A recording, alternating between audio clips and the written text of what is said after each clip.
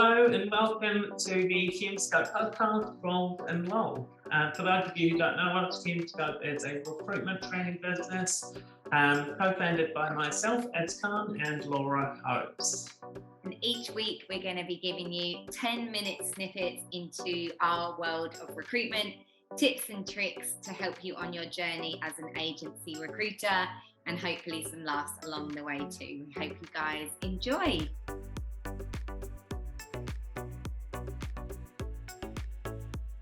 I just got dry lips when I'm talking on these podcast episodes. You nervous? Yeah, you guys didn't need to know that. Hello and welcome to this week's session. Most of what happens in these things. Welcome. This week, we thought we'd do an episode on the life of a recruiter, or day in the life of a recruiter, because all of us are often asked, what do you actually do? And I think until you get into agency recruitment, you don't really have a thorough understanding of what the job entails. And you know where this episode will come in handy, everyone that's listening? You will have had, as a recruiter, 1 million people ask you what you do, and you say recruiter, and they think you flick CVs across to clients. So if that happens, you can flick them this episode, and then they will actually understand what you do and how nuanced it is. Yeah, send it to your mum and your partner. Yeah, and this if is you've an got episode people for that the loved ones in your life. Yeah, and if you've got people that are considering joining recruitment, send them this episode. They'll get a real overview of all the little things that we do as recruiters. We're not just people that put up an ad and wait for applications to come through, which is what I thought recruitment was before I joined. Yeah. So what is recruitment? It's a bloody shit show. Just tell them that. God, it is mad.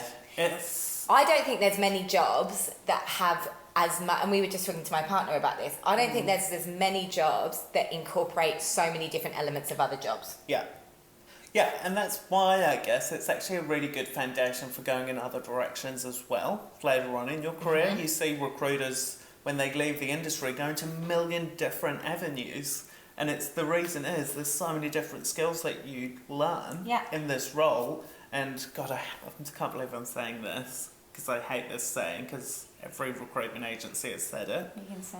No 2 days are the same. Put it in your job ad. No 2 days are the same. Fast-paced environment, no 2 days are the same. But what it does teach you fundamentally is how to run all aspects of a business. Because what other jobs do you know that involve project management, relationship engagement, new business development, the level of project coordination, administration, it doesn't, it's the full 360 recruitment life cycle is a huge role that doesn't get given the credit that it deserves. Yeah. I think the first thing, I'm going to talk about recruitment as if the person listening doesn't know what recruitment is. Yeah. And the first thing I would say, and I had this conversation with a potential new rookie a few weeks ago, and I was like, I've got to tell you, this is a business development focused role.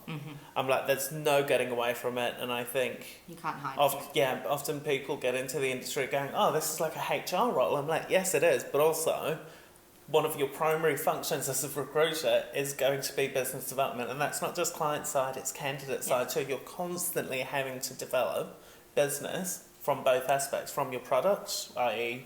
the candidates that you represent, and then to the clients that pay you the invoices. Yeah, it's not HR coordination.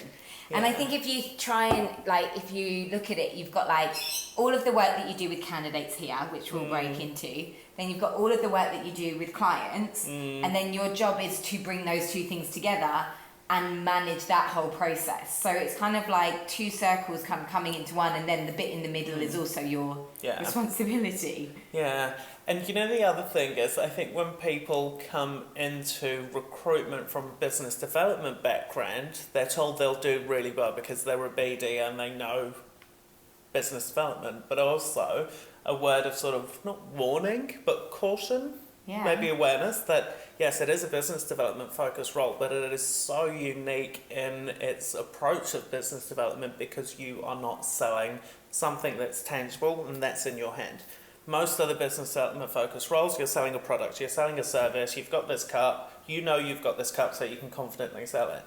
In recruitment, you're selling something that often you actually don't even have. Doesn't exist yet. But you're you're selling a promise that you can find them the thing that they want. You're not actually selling them the thing that they want. You're going, I can find the thing that you want, but I don't have it yet. Well, you're selling a service to find a hypothetical product. Yeah. Which is mental when you actually think about that. I love that you used my NutriBullet cup. So gross that I'm drinking out of this, and I don't know what that is. It is really grotty. I would not be selling that NutriBullet cup. No, that's gross. Okay.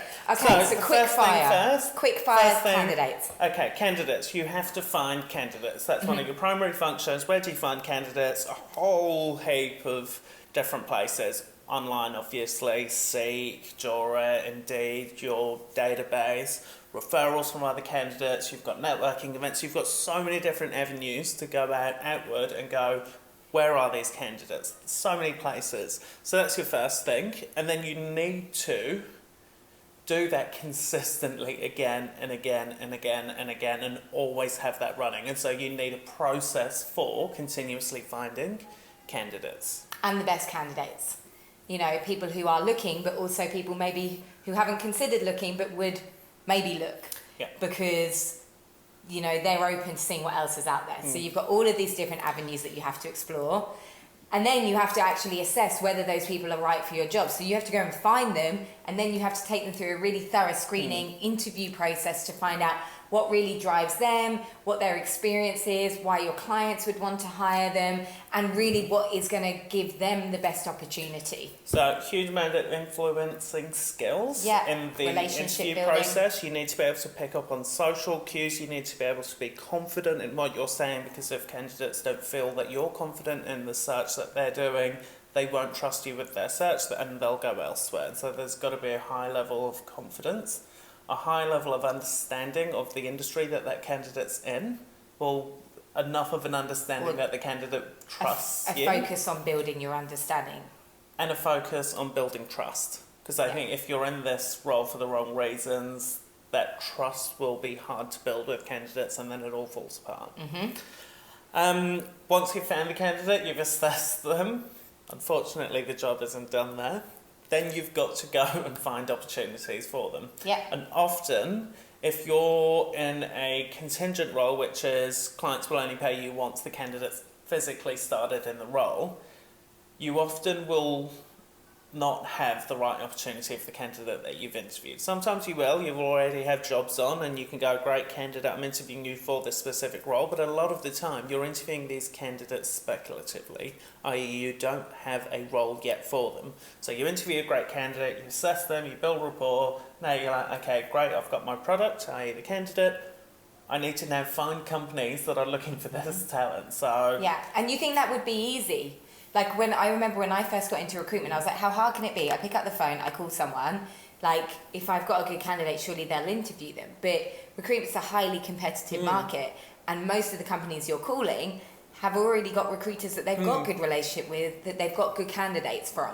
So you have to then use those influencing skills, relationship development, a huge amount of confidence to, over time, convince companies that they would want to work with you. And I think the skills that are needed here is research. You've got to be a really, really... Is it a sleuth? Is that what you would call it? You've got to be a sleuth. You've got to just have your eyes always open going, what's that company doing? What kind of candidates do they typically hire? Move on. And you've got to do this with so many businesses, because you never know when that information will come in handy.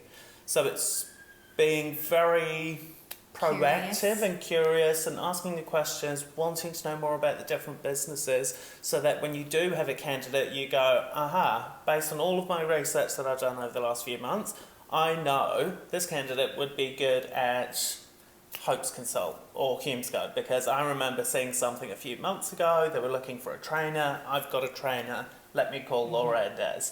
So it's that ability to retain the research that you've done and continuously do that research, because that will build your knowledge bank and allow you to represent the candidates that you're speculatively speaking to and actually target the right companies. Yeah, sounding complex yet. That's about 50%. Because from there, when you're working with those companies, we have to take a really great, what we call a job brief from them to actually find out what they're really looking for. But we have to then manage that entire recruitment process. And that might be 3 stages of interviews. That might be candidate cancelling interviews, reschedules, changing their minds. It might be dealing with clients not quite sure who they want to hire. Then we have to manage the offer process. And what if the candidate's offered more money elsewhere, or the client wants to offer them less? And then even before the candidate starts, they normally have to work out a notice period and then liaise with that company for onboarding. So your job does not end, really. Yeah, no. Yeah, you would assume, I think when you first enter recruitment, you're like, as soon as I've got an amazing candidate and a company that wants to meet them, surely that's where most of the work's now done. And it's like, well, no. Then you've got to negotiate terms with the client. Then your negotiation skills come in. High level of confidence still needed. High level of empathy, warmth, engagement, trust with the client needs to be built before they agree on terms. Then you've got to actually sell that job that the company's giving you back to the candidate and somehow get a fit there and get the candidate actually interested in this role and excited about it, the opportunity. And then you coach the candidate on the interview process and tell them about the client and tell them how best to present themselves and tweak and... God, there's a lot. Now I'm talking about it, I'm like, this is a lot. It's a lot. We recently put together a skills assessment for our new recruiters, because we run a new recruiter course for any of you that don't know watching this. Nice plug. As I was doing it, I was like, oh, this sounds pluggy. And so we never plan these, by the way. But there were 44 competencies. Yeah, it's mad. And actually, when you start talking about the different skills, tasks required in this role, it starts to make sense as to why it can be such a lucrative industry. And it is. It's an incredibly interesting industry. You get to learn so many different skills. You get to understand different businesses. There's so much variety and depth in this role, and you get to understand people better. You get to understand them on a different level. You get to understand how to influence people, how to build trust quickly. You build your empathy skills. There's so many things that you learn in this role, but they come at I was going to say cost, but they come with a lot of learning, and you've got to have a learning mindset above everything else. Oh, it's resilience, it's confidence, it's self-belief, it's cultivation of your emotional intelligence.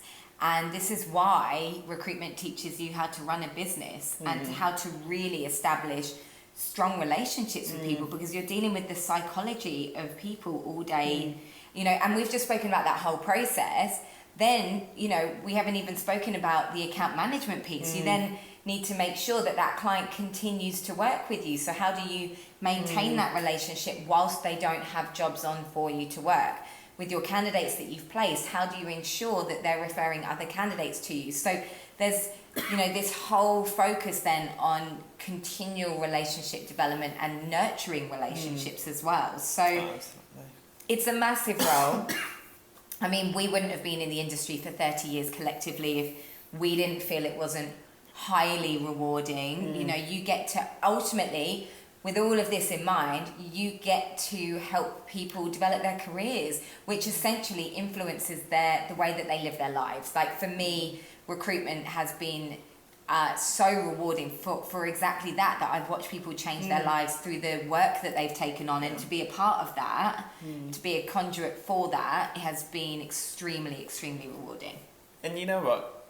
Anyone who's listening, and if it's just their mums again, it is. We've talked about how in-depth it is, and if you've just started in recruitment, it might make you want to run for the hills. But on the flip side, it does get so much easier after that 6-month mark, once you've really gotten on top of all the different tasks, and then it's incredibly, incredibly rewarding. Like, I've been doing this 12, you've been doing it 14 years.